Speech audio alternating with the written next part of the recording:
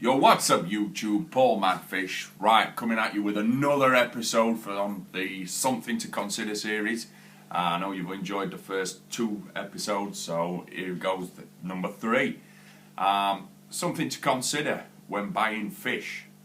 Right, where do we start? This is quite a big subject, so I'll start with the basics, cover all that first. So, something to consider when buying fish.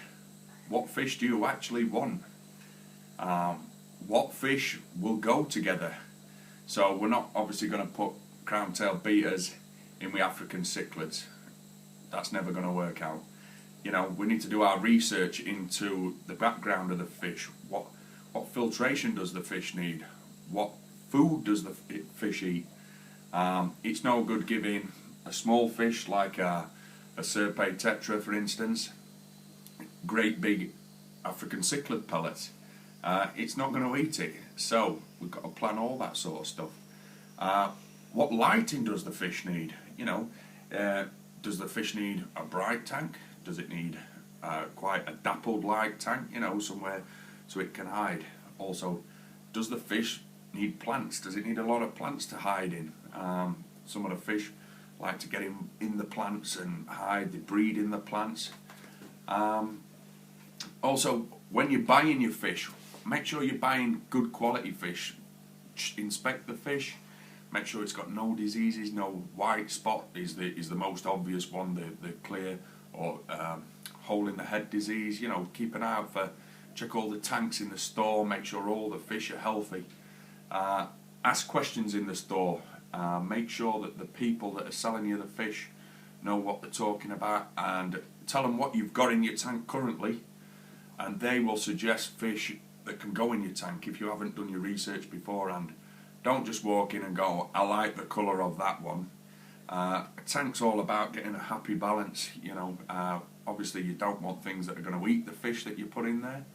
You also don't want fish that are going to be fin nippers, you know, if you've got long trailing fin fish in there already, say the crown-tailed beater, I'll use that as another example again.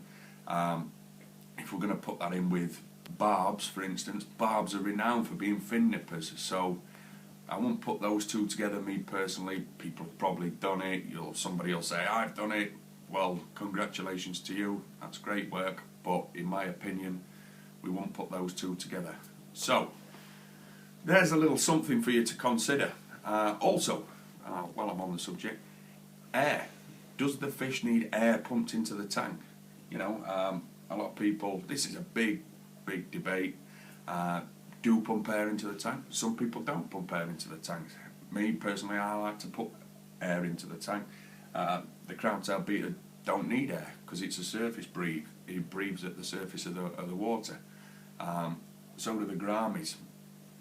But other fish in there, the German blue rams, they love the air in the tank. So just bear these things in mind. Do your research. Check how big the fish is going to grow. Make sure that your tank is of an adequate size for the fish. Obviously, it's no good buying a fish that's going to be a foot long, a 12-inch fish, if your tank is only a 2-foot long tank, you know, because your fish isn't going to be happy in there. You know, does the fish do better in shoals?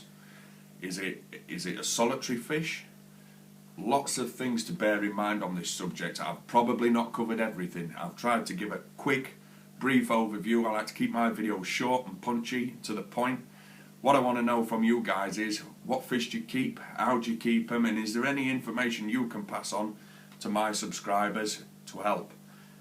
Thanks once again for viewing the Something to Consider series. There'll be another Something to Consider put out tomorrow.